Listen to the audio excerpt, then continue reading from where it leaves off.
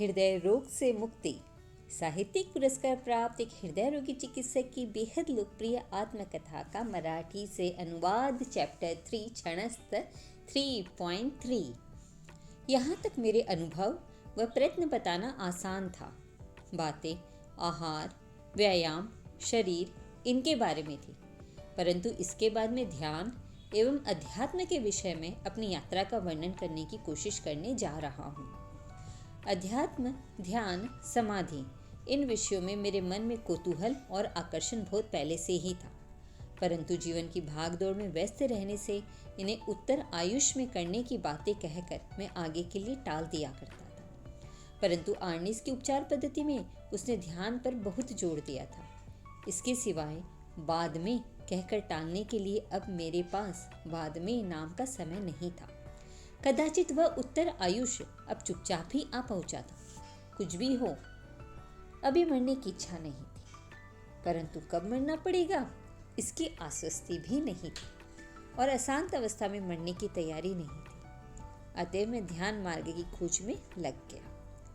हृदय रोग के उपचार के तौर पर मैंने ध्यान की शुरुआत की, परंतु धीरे धीरे अनजाने ही मेरे शोध का विषय बदलता गया। मेरे जीवन का अर्थ क्या है, ईश्वर का साक्षात्कार कैसे होगा, मुक्ति कैसे मिलेगी, मृत्यु से पहले इन प्रश्नों का उत्तर खोजने की तीव्र जिज्ञासा मुझे महसूस हो रही थी। ध्यान के द्वारा इनके उत्तर मिलेंगे, मैं उस पार का प्रदेश देखूंगा। इस आशा से मैं निश्चयपूर्वक प्रयत्न में लग गया। शुरुआत में वंदना माता नामक एक क्रिश्चियन नन के कैसेट के अनुसार प्राणायाम व ध्यान करने लगा।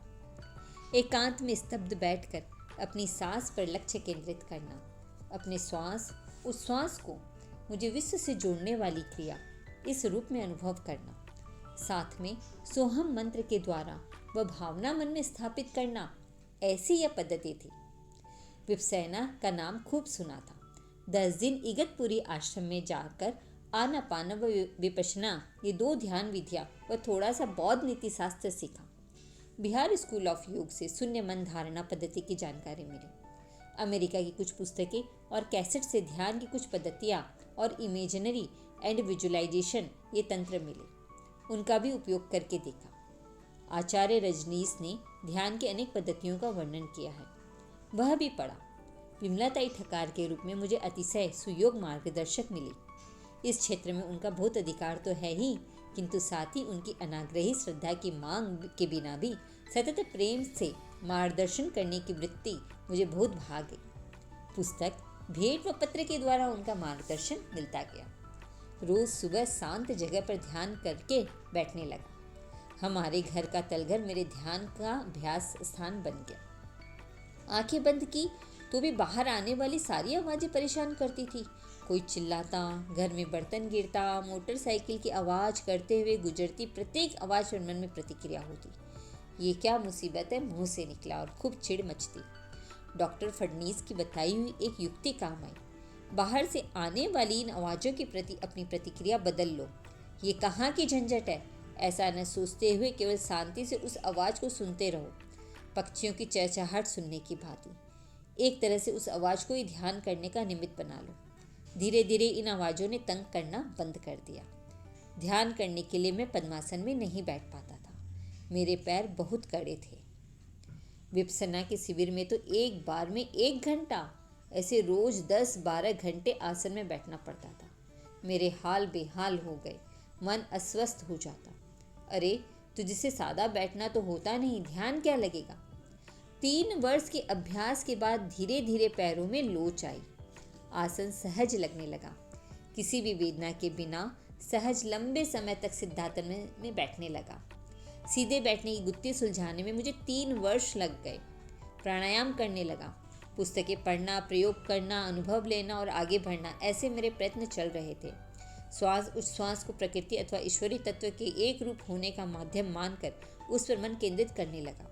अंदर आने वाली श्वास पूरक बाहर की प्रकृति से आती थी, मानो साथ जीवन का वरदान लाती थी।